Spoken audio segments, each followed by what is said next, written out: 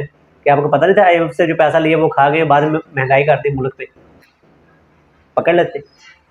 تو اب باتیں کرنے سے کچھ بھی نہیں حاصل ہوگا, اس لیے وہ باتیں کم ہونی چاہیے, کام زیادہ ہونا چاہیے.